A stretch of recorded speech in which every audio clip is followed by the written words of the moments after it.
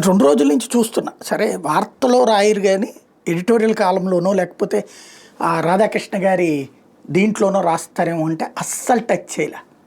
పవన్ కళ్యాణ్ మాట్లాడిన మాటలో జగన్ గురించి మాట్లాడింది, జగన్ని అధికారంలోకి రానిను 15 ఏళ్ళు అన్నది ఈ రొటీన్‌గా జరుగుతున్నటువంటిది.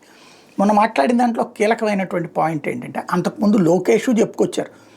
మా మధ్యన కొన్ని అంటే కూటమి పార్టీల మధ్యన కొన్ని విభేదాలు ఉండొచ్చు కానీ కలిసి ఉంటాం, విడగొట్టేవాడు ఎవడూ లేడని లోకేష్ చెప్పారు. విభేదాలు ఉన్నాయని ఇప్పుడు పవన్ కళ్యాణ్ కూడా అంగీకరించారు.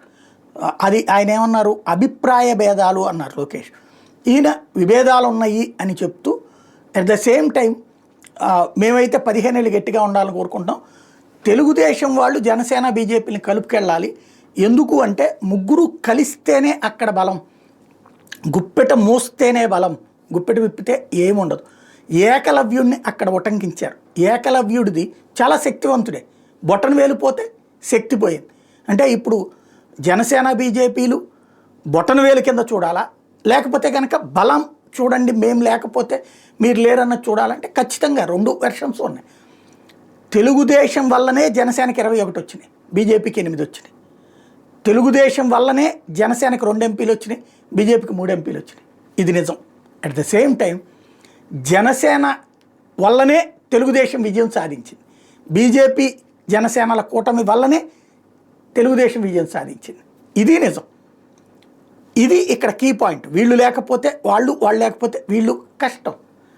విడివిడిగా పోటీ చేస్తుంటే జగన్ ఈజీగా గెలిచేసేవాడు. ఇది వాస్తవం. అందుకని 15 ఏళ్ళు అని ఎందుకు అంటున్నారు? ఇది ఇక్కడ పాయింట్ అల్లా ఏంటంటే బాబు గారు సీరియస్గా దృష్టి సారించాల్సింది తెలుగుదేశం పార్టీకి సంబంధించినటువంటి శాసనసభ్యులు జనసేన బీజేపీ వాళ్ళని కలుపుకెళ్ళాలా. బీజేపీ ఎమ్మెల్యేలు ఉన్న చోట కూడా తెలుగుదేశం నాయకులు కలుపుకుంటూ ముందుకు వెళ్ళడం ఉత్తమం. లేదు ఇది కార్యకర్తల స్థాయిలో మనస్పర్ధలు, అంటే తెలుగుదేశం వాళ్ళు వెళ్తున్నారు, జనసేన వాళ్ళని పట్టించుకోవాలా, లేకపోతే కొన్ని పథకాలకు సంబంధించి తెలుగుదేశం వాళ్ళకి చేస్తున్నారు, జనసేన బీజేపీ వాళ్ళని పట్టించుకోలేదు. ఇదివరకైతే పట్టించుకోరు వాళ్ళు కూడా, ఎందుకు, కూటమితో సంబంధం లేదు కాబట్టి. ఇప్పుడు కూటమిలోకి వచ్చాక పట్టించుకోనప్పుడు ఎక్కువగా పించింగ్ ఉంటుంది, గుచ్చుకుంటూ ఉంటుంది. ఈ టైంలో ప్రవర్తన చాలా ఇంపార్టెంట్.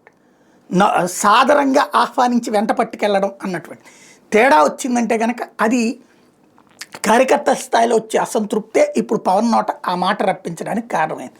జాగ్రత్త చేసుకోండి, ఇప్పటికిప్పుడు ఏమైపోదు, బట్ చిన్న చిన్న సమస్యలే పెద్దవై విస్తరిస్తాయి. కాబట్టి అదేదో ఎమ్మెల్యే అదే అసెంబ్లీ నియోజకవర్గ స్థాయి సమన్వయ కమిటీలు, జోనల్ స్థాయి సమన్వయ కమిటీలు, రాష్ట్ర స్థాయి సమన్వయ కమిటీలు నెలకొకసారి కూర్చుని ఏమేం ప్రాబ్లమ్స్ వచ్చినాయో విని పరిష్కారం వెంటనే చేసేస్తే కార్యకర్తలు సంతోషంగా ఉంటారు.